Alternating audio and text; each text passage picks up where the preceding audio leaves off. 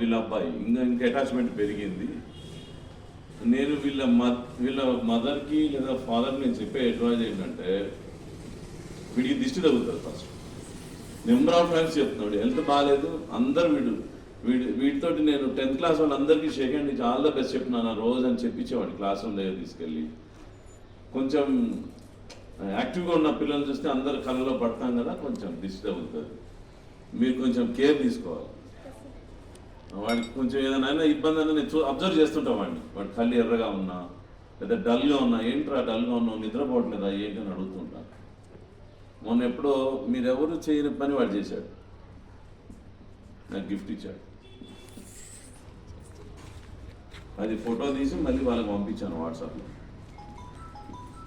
అంటే బాండింగ్ ఫిజికల్గా ఎలా ఉంది, అతని ఫార్మాలిటీస్ కానీ ఏమైనా చూడండి, ఎలా చిన్నవాడైనా చాలా పద్ధతి ప్రకారంగా ఉంటాడు. అందుకే వాళ్ళ నాన్నకు వాట్సాప్లో పెట్టాను మై ఫేవరెట్ స్టూడెంట్ అని.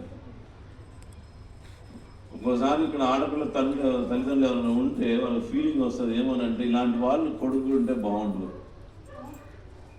ఎస్, అప్పుడప్పుడు అనిపిస్తూ ఉంటుంది. అప్పట్లో ఒక 15 సంవత్సరాల క్రితం అఫ్రీజ్ అనేవాడు అప్పుడు ఉండేవాడు. చూడండి, వాళ్ళని ప్రైజ్ చేయడం కాదండి, వాళ్ళ మెంటాలిటీ వాళ్ళ యాటిట్యూడ్ని బట్టి మమ్మల్ని ఇంప్రెస్ చేసి ఇలాంటి వాళ్ళు ఉంటే బాగుండు అని అనిపిస్తుంది. ఇందాక క్లాస్లో చెప్పినట్టున్నాను కొడుకు గురించి. ఇప్పుడు కొడుకులు ఎలా ఉన్నారు, మా అప్పుడు ఎలా ఉన్నారు, ఎప్పుడు ఒకటేలాగా ఉండొచ్చు, కానీ మనిషి యాటిట్యూడ్ మారుతూ ఉంది, దాన్ని కంట్రోల్ చేసుకోవాలి. ఓకే, ఎనీహౌ ఈరోజు చాలా చాలా మంచి రోజు. ఇద్దరు స్టూడెంట్స్ మన స్టేట్ లెవెల్లో ప్రైజ్ తీసుకొచ్చినందుకు ఇప్పుడు ఫోటో సెషన్ పెడదాం అనుకుంటున్నాను వీళ్ళతో పెట్టి గేట్ దగ్గర ఫ్లెక్స్ పెడదామని కూడా ప్లాన్ చేస్తున్నాను.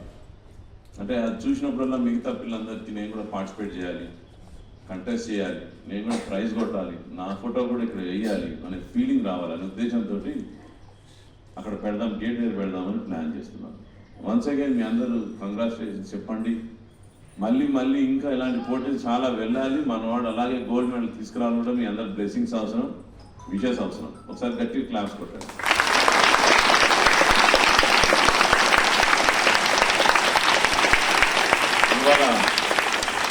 ఇవాళ Bharathi madam, Mukundarao sir and these parents ఇద్దరు మధ్యాహ్నం భోజనం చేయాలి. ఇంకా జరిపి ఎనర్జీ, ఇంకా చాలా ఎనర్జీ. ఇంకేమిటో చెప్పండి, పిల్లలు ఇలాంటివి తీసుకొస్తేనే కదా.